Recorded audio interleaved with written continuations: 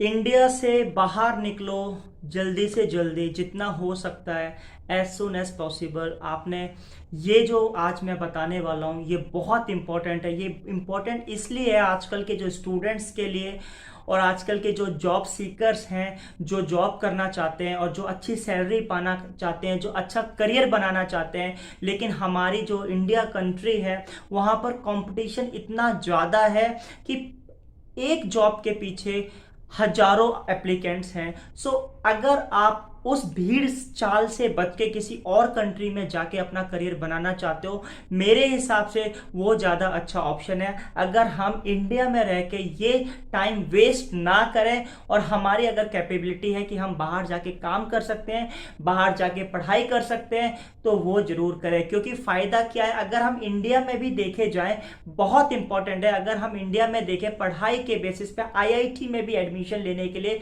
कितने सारे एप्लीकेंट्स, अगर आईएएस ऑफिस किसी भी आप जॉब, इधर बैंक क्लर्क की जॉब के लिए भी आप देखोगे जो कंपटीशन बहुत ज़्यादा है। तो अगर उस भीड़ चाल के पीछे अगर कंपटीशन ना हमें रखना है तो भाई विदेशों में मूव करो, बहुत अच्छा तरीका है करियर बना के। तो पूरी देखो इस वीडियो को, काफ़ी इंपॉर्टेंट है। Y la cosa suena ra. Y la cosa suena ra. Scooby Doo pop.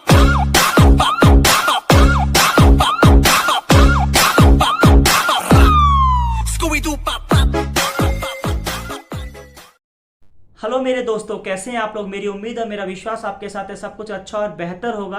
आज का जो टॉपिक है यार, जो थंबनेल से आपने समझ के, इंडिया से बाहर निकलो, कुछ सीखो, आपका करियर बन जाएगा। अब ये नहीं कह रहा कि मैं आप सिंगापुर आओ, जहां आपका मन कर रहा है इंडिया से बाहर निकलने की कोशिश करो, क्योंकि कंपटीशन बहुत ज़्यादा है इंडिया में। अगर आप पढ़ाई की भी अच्छे इंस्टीट्यूट में एडमिशन की सोच रहे हो तो वहां पर एक सीट के ऊपर कितने सारे एप्लीकेंट्स होते हैं। अगर जॉब की भी देख रहे हो तो एक जॉब के ऊपर कितने सारे एप्लीकेंट्स अच्छी पोजीशंस के लिए होते हैं।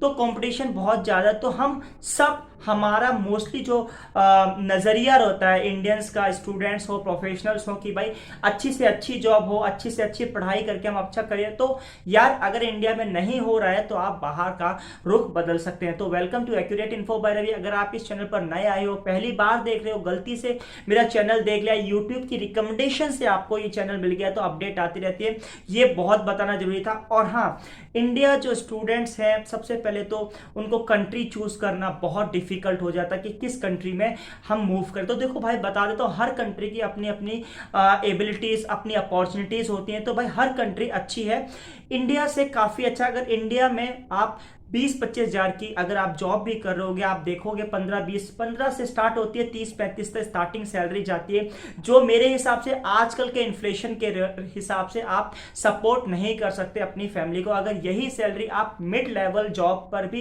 किसी भी कंट्री में जॉब करोगे, आप अपनी फैमिली को अपना सर्वाइव पूरा कर सकते हो। अगर मैं विदेशों की बात करूँ, चाहे सिंगापुर हो, दुबई हो, यूरोप हो, यूएस, इंग्लैंड हो, सैलरी रेंज 70,000 से स्टार्ट हो जाती है और अप टू आपकी स्किल तक जाती है। तो अगर आप 70,000 बाहर कमा रहे हो, इंडिया में रह के 30,000 कमा रहे हो, तो मेरे हिसाब से वो 70,000 बेहतर है 30,000 से, क्योंकि 70,000 से आप अपनी फैमिली को सपोर्ट कर सकते हो।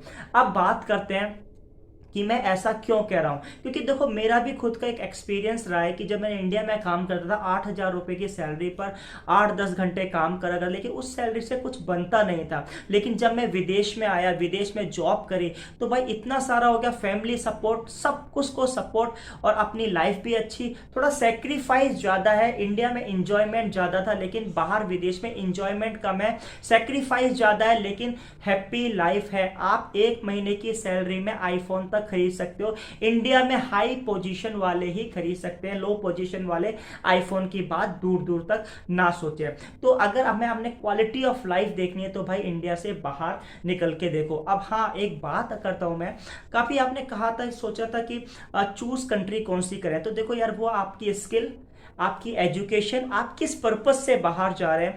तो जैसे अगर हमारा स्टूडेंट बैकग्राउंड, आपको पढ़ाई के लिए जाना है, आपका आईएलटीएस वगैरह अच्छा है, फैमिली फाइनेंशियल बैकग्राउंड अच्छा है, तो आप यूएस, ऑस्ट्रेलिया, कनाडा निकल सकते हैं, यूरोप कंट्रीज में भी निकल सकते हैं।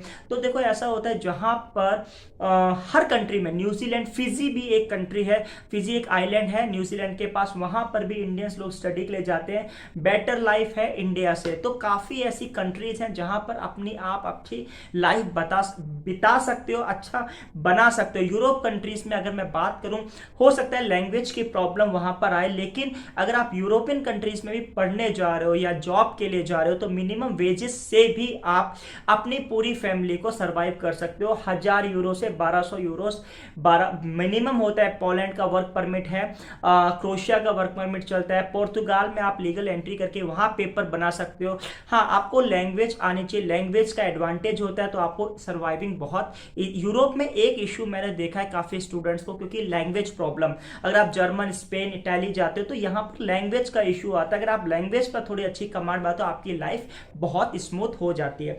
अब बात करते हैं इंग्लिश कंट्रीज की, लाइक यूएस, कनाडा, ऑस्ट्रेलिया। तो यहाँ पर फ्रेंच एंड इंग्लिश का बोलबाला बहुत ज़्यादा है। तो अगर आपकी कमांड अच्छी है इंग्लिश में, आप यहाँ पर अपना रुख बदल सकते हो। तो देखो भाई, कहने का मतलब, और हाँ, कुछ स्टूडेंट्स, कुछ प्रोफेशनल्स ऐसे भी मैंने इंडिया में देखे हैं कि वो सोचते ज़्यादा है कि इस कंट्री को, तो मीन्स डिले डिले डिले कर करके उन्होंने 5-6 साल ऐसे भी गुजार देते हैं, काफ़ी मैंने देखे हैं। तो यार ऐसा है, अगर आपका मन है बाहर जाने का तो विदाउट एनी फियर्स आप बाहर निकलो। अगर अच्छा नहीं लगे तो आपको वापस आना ही पड़ेगा, और तो उससे चारा कुछ है नहीं। अगर आपको 1 साल के लिए, आपने डिप्लोमा के लिए भी आप जा रहे हो, कहीं जा रहे हो, अगर आपका मन नहीं लगा 1 साल बाद आप वापस इंडिया में कंटिन्यू करो अपनी जॉब को। लेकिन मैं बता रहा हूं जो मेजोरिटीज है, अगर हम देखें 1000 स्टूडेंट्स हैं या 1000 प्रोफेशनल्स हैं जो इंडिया में हैं, और 1000 प्रोफेशनल्स और 1000 स्टूडेंट्स जो अदर कंट्रीज में हैं, दो विदेश की लाइफ काफ़ी अच्छी है, वो फुल फैमिली को सपोर्ट कर सकते हो। तो देखो भाई, अब कंट्रीज चूज करना वो आपके ऊपर है, आपका फैमिली बैकग्राउंड, आपकी एजुकेशन, आपकी स्किल के ऊपर है। तो मैं तो यही सजेस्ट करूंगा भाई, इंडिया से बाहर निकलोगे तब आप कुछ अपनी लाइफ में कर पाओगे, क्योंकि इंडिया में रहना, कंपटीशन, इन्फ्लेशन आप देखो कितना ज़्यादा होता जा रहा है, महंगाई इतनी ज़्यादा होती है। बाहर भी महंगाई है, मैं ऐसी बात नहीं कर रहा हूँ, रिसेशन आगे भी आ रहा है, अभी सुनने में आया यूएस में भी रिसेशन है, लेकिन रिसेशन के बाद भी वहां पर हैप्पी लाइफ है।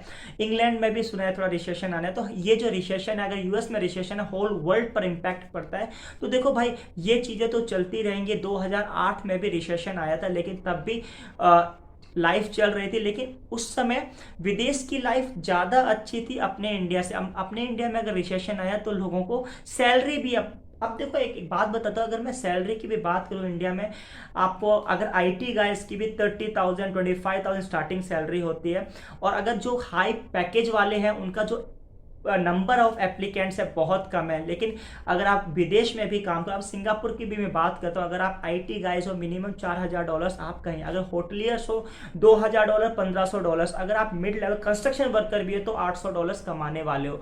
तो मेरे हिसाब से मेरा जो मन कहता है कि अगर आप बाहर जाने का मन है तो भाई एक बार बाहर जाओ। हाँ, मन ना करे वापस आ जाओ, और तो कुछ होगा नहीं। अगर हम 1 साल के लिए, मैंने बाहर अपॉर्चुनिटी ट्राई करी, मेरा मन नहीं लग रहा या मैं सेटिस्फाई नहीं हूँ, तो आप अपना वापस इंडिया में भी आके कर सकते, लेकिन एक बार विदेश जाओ। आई होप आपको वीडियो अच्छी लगेगी। वीडियो अच्छी लगी like share subscribe. Thank you for watching this video.